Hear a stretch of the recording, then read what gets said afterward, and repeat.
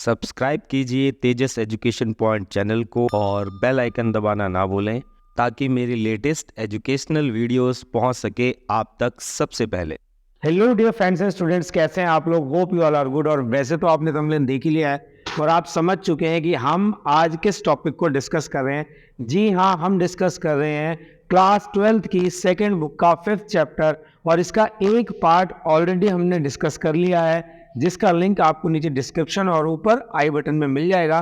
तो चलिए without wasting any more time शुरू करते हैं हम अपने आज की क्लास, जहां पर हम इसके सेकंड पार्ट को डिस्कस करेंगे। तो चलिए शुरू करते हैं आज की क्लास मेरे यानी कि लेक्चरर उदय कुमार के साथ।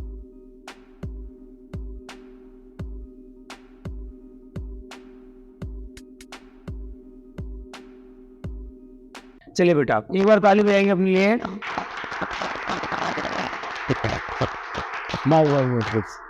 तो इस वीडियो लेक्चर का एक पार्ट हम कल ऑलरेडी डिस्कस कर चुके हैं और उसके अंदर हमने बेसिक चीज़ों को समझा था कि 1885 में कांग्रेस का जन्म होता है और किस तरीके से वो अपना डेवलपमेंट करती है। पहले 3 चुनाव जो है वो जीतती है। कौन जीतती है? कांग्रेस जीतती है। और उसके क्या क्या रीजंस थे, कारण थे, वो भी हमने देखा। सिंडिकेट के बारे में भी हमने कल जो है वो थोड़ी बहुत चर्चा जो थी वो की थी।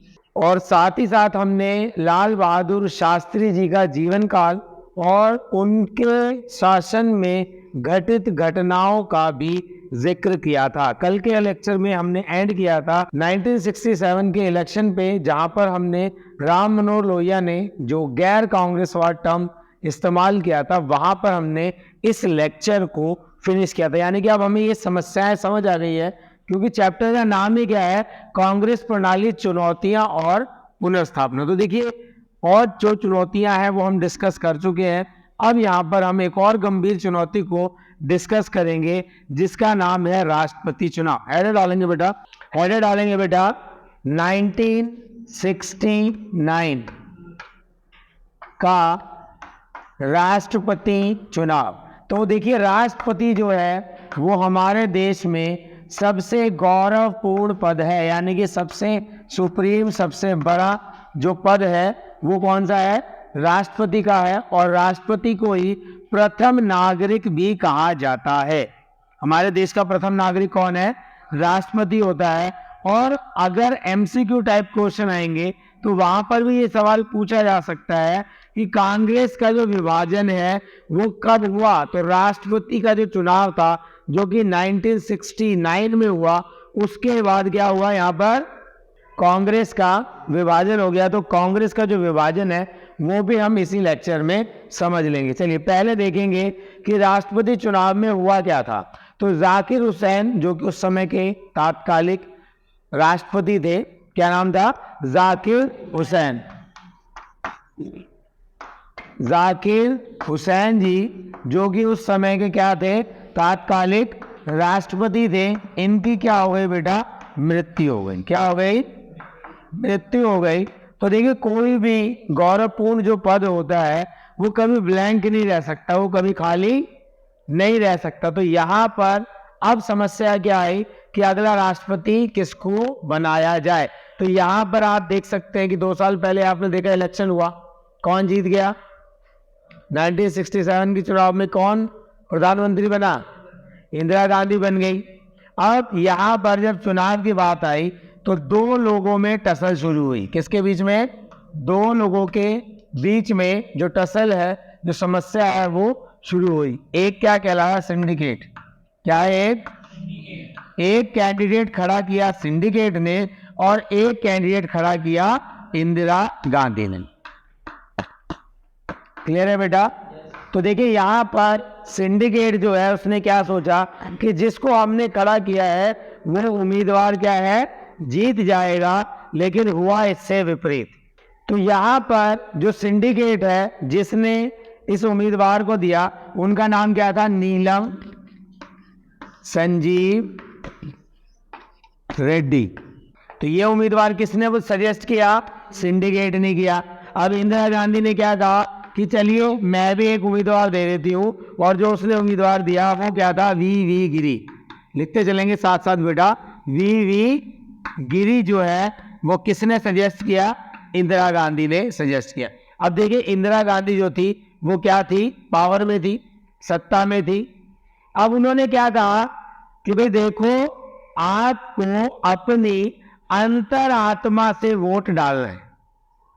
आप सभी को पता है कि राष्ट्रपति का चुनाव प्रत्यक्ष नहीं होता, वो क्या है? अप्रत्यक्ष रूप से होता है, जिसकी विधि वो क्या है? एकल संक्रमणीय मत प्रणाली। तो यहां पर जो लोकसभा के सदस्य थे, जब उनको बोला गया वोट डालने को, तो इंदिरा गांधी ने क्या बोला कि आप अपनी अंतर आत्मा की आवाज सुनकर वोट डालें। तो इसका मतलब जो राजनीतिक विशेषज्ञ है वो क्या लगाते हैं कि इंदिरा गांधी ने क्या कहा? एक तरीके से उन्हें सीधी सीधी धमकी दी कि मेरा वाला जो कैंडिडेट है ये जीतना चाहिए, अगर ये जीतेगा तो आप लोग के पद, आप लोगों की गरिमा जो है वो बनी रहेगी, अदरवाइज मैं आपके साथ क्या कर सकती हूँ? रिवेंज भी ले सकती हूँ। तो राजनीति में हमेशा एक्शन नहीं होता है, वहां पर शब्दों से ही काम चल जाता है। तो यहां पर अब जब वोट इसको कास्ट हुआ तो जीतेगा भी कौन? वीवी गिरी। तो इंदिरा गांधी का जो कैंडिडेट है वीवी गिरी, ये क्या हो गया? विजयी हो गया। ये क्या गया? जीत गया। क्लियर है बेटा? अब देखिए होता क्या है, जब भी कोई लड़ाई हो ना, जैसे आप बच्चे भी कई बार स्कूल के बाहर लड़ते हैं, क्लास में लड़ते हैं, तो क्या होता है कि भाई मेरी हमारी लड़ाई हो गई, तो अब हम क्या करेंगे? अब हम इससे कन्नी काट लेंगे। बात समझ में आई? यानी कि अब हम इससे कोई मतलब नहीं रखेंगे। जैसे राधे और मेरे बीच में किसी चीज को लेकर लड़ाई हो गई, तो अभी तक तो हम एक ही क्लास में थे, अब ये मेरे को देख के उधर भागेगा, मैं इसको देख के उधर भागूंगा। तो सिंडिकेट और इंदिरा अभी तक क्या थे? एक ही पाले में थे। बिफोर इलेक्शन 1969 का जो राष्ट्रपति चुनाव है, इससे पहले ये दोनों क्या थे? एक ही टीम में थे।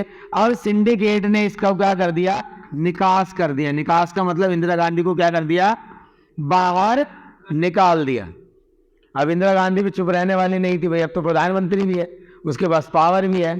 तो इंदिरा गांधी को जब सिंडिकेट के द्वारा बाहर निकाल दिया गया, तो यहीं से स्प्लिट ऑफ कांग्रेस या कांग्रेस का विभाजन शुरू हो जाता है। हेडर डालेंगे कांग्रेस का विभाजन। तो देखिए राष्ट्रपति चुनाव के बाद इंस्टेंट क्या घटना हुई? कांग्रेस का विभाजन हो गया। कब हुआ? 1969 में। क्लियर है बेटा?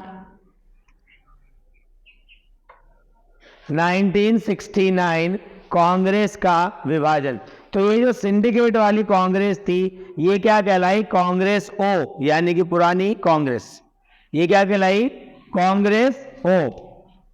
ये जो एस लिख दो समझ आ जाएगा, एस स्टैंड्स फॉर सिंडिकेट। तो जो सिंडिकेट वाली कांग्रेस थी, ये क्या हो गई? कांग्रेस ओल्ड, यानी कि कांग्रेस ओ। ठीक है बेटा? और जो इंदिरा वाली नई कांग्रेस थी, इंदिरा गांधी, इंदिरा वाली जो थी वो क्या कहलाए? रिक्विजनिस्ट, यानी कि कांग्रेस आर। बात समझ में आ गई? कांग्रेस का विभाजन कब हुआ? 1969 में। और जो पुरानी कांग्रेस थी, जो सिंडिकेट वाली थी, वो क्या कहलाई? कांग्रेस ओ। और जो इंदिरा गांधी वाली नई कांग्रेस थी, वो कहलाई कांग्रेस आर, यानी कि कांग्रेस रिक्विजनिस्ट। क्लियर है बेटा? यहां तक कोई डाउट? कुछ पूछना बताना। नेक्स्ट जो हम टॉपिक यहां पर डिस्कस करेंगे या देखेंगे, वो क्या है? Grade alliance. अब ये ग्रेड अलायंस क्या होता है, इसको भी समझ लेते हैं। 1971 के चुनाव से पहले जितने भी बड़े कांग्रेसी और गैर साम्यवादी दल थे, वो कहाँ हो गए? एक जगह हो गए। क्लियर है बेटा?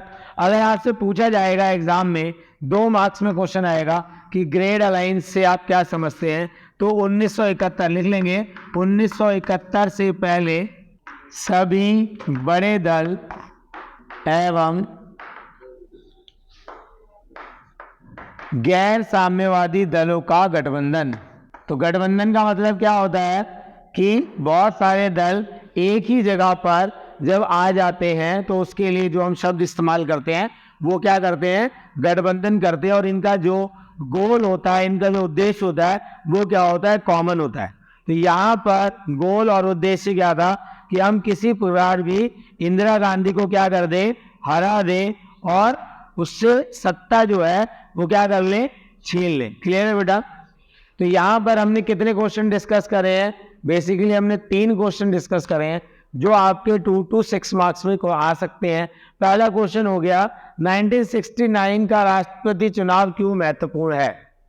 तो क्यों महत्वपूर्ण है? क्योंकि इसके बाद ही क्या हो गया, कांग्रेस का विभाजन हो गया। कांग्रेस कितने भागों में बटी? 2 भागों में। पुरानी कांग्रेस को क्या कहा गया? कांग्रेस ओ, नई वाली को आर। तो नई वाली कांग्रेस था, उसका प्रतिनिधित्व कौन कर रहा था? इंदिरा गांधी कर रहा था, और पुरानी वाली का सिंडिकेट कर रहा था। क्लियर है बेटा? ये उसके बाद आ जाओ 69 के चुनाव में, तो यहाँ पर इंदिरा गांधी के द्वारा किस कैंडिडेट को खड़ा किया गया? वीवी गिरी को किया गया, और यही विजय भी रहा। दूसरा क्वेश्चन बनता है कि सिंडिकेट ने किसको खड़ा किया? नीलम संजीव रेड्डी, लेकिन ये क्या गया? हार गया। तो ये क्लियर है बेटा? ये पूरा पॉइंट आगे बढ़ जाए। देखिए यहां से यही सारे क्वेश्चन होते हैं। तो ये सारी जो हमने देखी, ये सारी क्या है? समस्याएं। क्या है? समस्याएं हैं, और यही क्या थी? कांग्रेस के सामने चुनौती थी।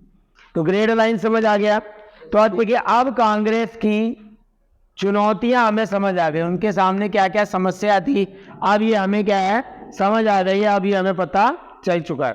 अब हम क्या डिस्कस करेंगे कि इंदिरा के द्वारा क्या प्रयास किए गए कांग्रेस की पुनर्स्थापना की। तो अभी तक के जितने भी लेक्चर हमने देखे वो क्या थी? चुनौतियां थी। अब हम बात करेंगे पुनर्स्थापना की। तो हेडर डालेंगे कांग्रेस की पुनर्स्थापना एवं इंदिरा गांधी। इंदिरा गांधी, ये हेडर है। जल्दी जल्दी लिखेंगे, कांग्रेस की पुनर्स्थापना एवं इंदिरा गांधी। हो गया बेटा? इसमें पहला पॉइंट लिखेंगे गरीबी हटाओ का नारा। पहला पॉइंट क्या लिख लीजिए? गरीबी हटाओ का नारा। गरीबी हटाओ का नारा। तो इंदिरा गांधी ने सबसे पहले क्या कहा कि भाई हमें क्या हटाना है? गरीबी को हटाना है। लेकिन हुआ इससे विपरीत, उसने जीतने के बाद गरीबों को ही हटा दिया, क्योंकि जितनी झुग्गी झोपड़ियां आती उन सबको वहां से उठा दिया गया। क्लियर है बेटा? दूसरा पॉइंट लिखेंगे प्रीवी पर्स की समाप्ति। प्रीवी पर्स की समाप्ति। देखिए प्रीवी पर्स क्या है? प्रीवी पर्स जितनी भी रियासतें थी, उनके राजा थे, उनको दिया जाने वाला भत्ता था। प्रीवी पर्स क्या था? जितने भी राजा महाराजा थे, जिनकी रियासतें थी, हमने फर्स्ट चैप्टर में पढ़ा था ना, 565 देशी रियासतों को मिलाकर एक अखंड भारत का निर्माण किया गया था। तो जितने भी राजा थे उनसे एक लेटर पे साइन कराया गया था ना, इंस्ट्रूमेंट ऑफ एक्सेशन। और उसके बदले में उन्हें क्या कहा गया था कि आपकी रियासत के आकार के अनुसार आपको हम कुछ पैसा देंगे, और जो भी आपका महल वगैरह जो हमने लिया है आप उसी में रह सकते हैं। तो इंदिरा गांधी ने क्या कहा कि ये जो समस्या है, इसकी वजह से भारत के ऊपर बहुत ज्यादा बोझ पड़ रहा है, तो इसे अब क्या कर देना चाहिए? समाप्त कर देना चाहिए। तो सेकंड पॉइंट हमारा यहाँ पर क्या है? प्रीवी पर्स की समाप्ति। नेक्स्ट लिखेंगे बैंकों का राष्ट्रीयकरण। तीसरा पॉइंट लिखेंगे कि जितने भी राष्ट्रीय बैंक थे उनको क्या किया गया? नेशनलाइज किया गया। बैंकों का राष्ट्रीयकरण। बैंकों का राष्ट्रीयकरण। तो जितने भी बैंक थे उनको रिकॉग्निशन दिया गया, और उनको क्या किया गया? एक जगह इकट्ठा किया गया, एक राष्ट्र के साथ उनको रखकर देखा गया। नेक्स्ट पॉइंट लिखेंगे इसमें भूमि सुधार। चौथा पॉइंट क्या लिखेंगे? भूमि सुधार। तो देखिए वैसे तो हम देखेंगे कि इस विषय पर भारत में बहुत पहले से काम किया जा रहा है, लेकिन उन्होंने क्या रखा? गोल रखा कि जैसे ही हम जीतेंगे, हमारी कांग्रेस की पुनर्स्थापना होगी, तो हम लैंड रीडिस्ट्रीब्यूशन यानी कि जो भूमि सुधार है उस पर और भी अधिक क्या देंगे? ध्यान देंगे। क्लियर है बेटा? लास्ट पॉइंट लिख सकते हैं, देखो किसी भी पार्टी का हो, लास्ट पॉइंट जो कॉमन सा है आप लिख सकते हैं कि जितने भी गरीब हैं, लिख लीजिए साथ साथ, गरीब, पिछड़े, ये हर सरकार कहती है, गरीब, पिछड़े, वंचित वर्ग आदि की सहायता। आदि की क्या करेगी ये गवर्नमेंट? सहायता करेगी। तो देखिए 4 मार्क्स में आएगा ये क्वेश्चन। तो आप ये 5 में से कोई 4 पॉइंट जो है वो आप लिख सकते हैं। क्लियर है बेटा? क्लियर है? जोर से। हाँ, तो ये 5 पॉइंट है, इन 5 में से कोई से भी 4 आप लिख सकते हैं। तो यहाँ पर क्वेश्चन आता है कि इंदिरा गांधी के द्वारा कांग्रेस की पुनर्स्थापना के लिए क्या प्रयास किए गए। तो ये वो प्रयास है जिसकी वजह से कांग्रेस की पुनर्स्थापना हो पाए। क्लियर है बेटा? आगे बढ़ जाएं। चलिए, अगला एक मेजर क्वेश्चन है, एक बहुत इंपॉर्टेंट क्वेश्चन है और कई बार ये पूछा जाता रहा है। क्या है? एक तो बहुत ज्यादा इंपॉर्टेंट है और बहुत ज्यादा रिपीटेबल है, कई बार पूछा गया है। पहले कर लियो बेटा नोट, ये पहले क्वेश्चन लिख लीजिए। 1960 के दशक को खतरनाक दशक क्यों कहा जाता? जल्दी से लिखेंगे। 1960 के दशक को खतरनाक दशक क्यों कहा जाता है? मोस्ट रिपीटेबल क्वेश्चन है, 1960 का खतरनाक दशक। देखिए, दशक का मतलब क्या होता है? 10 वर्ष। तो अगर मैं कह रहा हूं 1960 का दशक, तो ये क्या हो गया? 60 से 70 के बीच में जो समस्याएं आई थी उसको देखते हुए इस दशक को क्या कहा गया? खतरनाक दशक कहा गया। क्लियर है बेटा? कुछ पूछना बताना। चलिए देखिए, अब 1960 के दशक को खतरनाक दशक क्यों कहा जाता है? तो सबसे पहला पॉइंट आप देखेंगे, 2 प्रधानमंत्रियों की मृत्यु। 2 जो काबिल प्रधानमंत्री थे, क्या हो गई? उनकी मृत्यु हो गई। एक कौन थे? जवाहरलाल नेहरू, और दूसरे थे लाल बहादुर शास्त्री। क्लियर है बेटा? और 1962 और 1965 में भारत और पाकिस्तान और चीन, तो देखो भारत को 2 युद्धों का सामना करना पड़ा। 2 युद्धों का सामना करना पड़ा। किसे करना पड़ा? भारत को। एक क्या था? एक पाकिस्तान के साथ हुआ और एक चीन के साथ हुआ। ठीक है, कब का हुआ? 1962 और 1965 में। लिख लेंगे 2 पॉइंट, लिख लेंगे बेटा? यस सर, शाबाश। तो 1960 में भारत को 2 युद्धों का सामना करना पड़ा और साथ ही साथ 2 प्रधानमंत्री थे, उनकी भी मृत्यु हो गई थी। तो ये देखिए 2 पॉइंट हो गए ना। पहला तो आप ये लिख सकते हैं, दूसरा ये हो गया। तीसरा लिखिए, मानसून की असफलता। मानसून की असफलता। अब देखिए, मानसून जब असफल होता है तो क्या होता है भाई? सूखा पड़ जाता है, अकाल पड़ जाएगा। तो ये जो सूखा और अकाल है, इससे पैदावार में क्या आती है? समस्या आती है कि पैदावार जो है वो उतने अच्छे से नहीं हो पाती। तो इस कारण से भी इन्हें क्या कहा गया? खतरनाक दशक कहा गया। क्लियर है बेटा? उसके साथ ही आप देखेंगे जो 67 में क्या हुआ था? 1967 में जो चुनाव हुआ था, उसमें कांग्रेस कितने राज्यों में हार गई थी? 9 राज्यों में हार गई थी। तो ये कुछ बेसिक पॉइंट्स है। अगर आपसे सवाल पूछ रहा है कि 1960 के दशक को खतरनाक दशक क्यों कहा जाता है, तो आप इन पॉइंट्स को लिख सकते हैं। Is that clear all of you? तो आज की क्लास में बस इतना ही। मिलते हैं आपसे नेक्स्ट क्लास में, जहां पर इसी चैप्टर से रिलेटेड कुछ और इंपॉर्टेंट क्वेश्चंस हैं, उन्हें डिस्कस करेंगे। तब तक के लिए जय भीम, जय भारत।